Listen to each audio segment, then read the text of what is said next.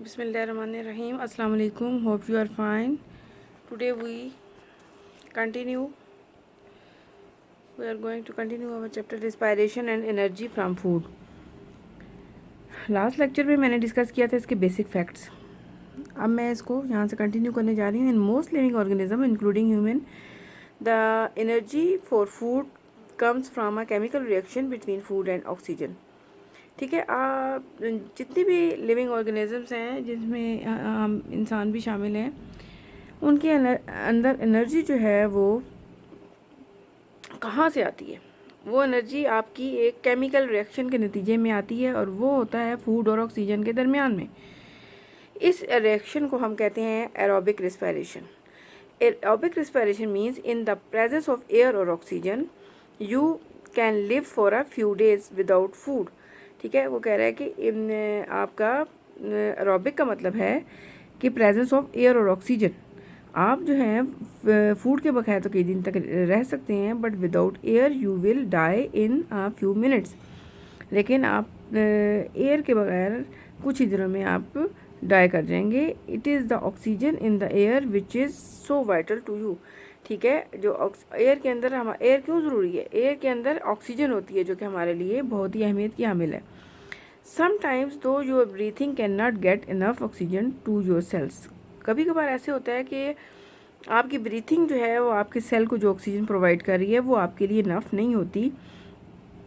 If you are running a race, ठीक है, आपको रेस में रन कर रहे हैं, तो योर मसल्स में need to release more energy for movement. तो आपके मसल्स को मूवमेंट के लिए एनर्जी जो है वो ज़्यादा चाहिए, but oxygen can not get to your cells fast enough. अब इस सारे अमल के दौरान में ऑक्सीजन जो है वो आपके सेल्स को नहीं जो है वो ऑक्सीजन प्रोवाइड कर पा रही इतनी रैपिडली जितनी रैपिडली आपको चाहिए ऑक्सीजन.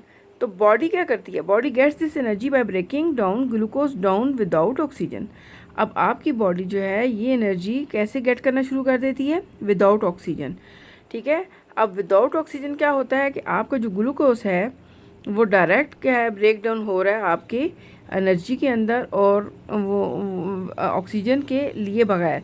और ये जो है ग्लूकोज अब किस में चेंज हो रहा है? Into a substance called lactic acid. ठीक है. डायरेक्ट वो लैक्टिक एसिड में हो रहा है चेंज. और वो लैक्टिक एसिड कहाँ आपके स्टोर हो रहा है? आपके मसल्स के अंदर. ठीक है. Energy is release and so you can carry on running. इस तरह से एनर्जी रिलीज़ हो रही है और आप जो है फिर रनिंग को कैरी कर सकते हैं. However the lactic acid build up in your muscles. अब लैक्टिक एसिड किधर बिल्ड हो रहा है? आपके मसल्स के अंदर. Causing your muscles to feel tired and eventually you may get painful cramps. अब ये लैक्टिक एसिड आपके मसल्स के अंदर स्टोर होता है और फिर उससे क्या होता है कि आप टायर्ड फील करते हैं और इवेंचुअली आप जो है वो आप पेनफुल क्रैम्प फील करते हैं. क्यों करते हैं? It is depend on how fit you are. ठीक है. अगर आप फिट हैं तो फिर आपको ये सारी सिचुएशन जो है वो नहीं होगी अगर आप फिट हैं तो. लेकिन अगर आपके मसल्स जो हैं वो उनके अंदर बहुत ज़्यादा लैक्टिक एसिड जमा हुआ है तो फिर क्या होगा कि आपके मसल्स जो हैं वो टोन नहीं होंगे और आपको क्रैम्प फील होगा. After the exercise you usually gas for air taking in lot of oxygen. ठीक है. एक्सरसाइज के बाद जो है वो आपकी जो है एयर टेकिंग जो है वो उससे आप बहुत ज़्यादा ऑक्सीजन आपकी बॉडी को रिक्वायर होती है. तो your heart will also beat faster to get more oxygen to the cells. और आपका हार्ट भी जो है वो बहुत फास्टर बीट कर रहा होता है ताकि आपके सेल्स को जो है वो ऑक्सीजन मिल सके. The lactic acid is slowly broken down into a carbon dioxide and water. और लैक्टिक एसिड जो है वो स्लोली ब्रोक हो रहा होता है किसमें? कार्बन डाइऑक्साइड एंड वाटर के अंदर. Only when all the lactic acid has been broken down. जब सारा लैक्टिक एसिड आपका ब्रोक हो जाता है तो फिर क्या होता है? Do your heart rate and breathing return to normal. तो वो पूछ रहा है कि क्या आपकी ब्रीदिंग जो है और हार्ट रेट नॉर्मल हो जाएगा? यस, नॉर्मल हो जाएगा. ये आपका इसका आंसर ये है कि वो नॉर्मल हो जाएगा. Since this process release energy from food without oxygen. तो चूँकि इस प्रोसेस के अंदर एनर्जी रिलीज़ होती है विदाउट ऑक्सीजन तो it is called a anaerobic respiration. ठीक है. इसे कहते हैं एनारोबिक रिस्पायरेशन. समझ आई? अब दो किस्म की रिस्पायरेशन है, एक एरोबिक रिस्पायरेशन और एक एनारोबिक रिस्पायरेशन. एरोबिक रिस्पायरेशन के अंदर क्या होता है कि आपका जो एनर्जी जो रिलीज़ होती है वो आपके सेल्स के अंदर होती है और एक केमिकल प्रोसेस के थ्रू होती है। और वो केमिकल प्रोसेस होता है आपके सेल्स के अंदर फूड और ऑक्सीजन के रिएक्शन से। और एनारोबिक रिस्पायरेशन के अंदर एनर्जी रिलीज़ होती है विदाउट ऑक्सीजन, ठीक है। विदाउट ऑक्सीजन आपकी एनर्जी रिलीज़ होती है और वो जो एनर्जी होती है वो स्टोर होती है लैक्टिक एसिड की फॉर्म में आपके मसल्स के अंदर।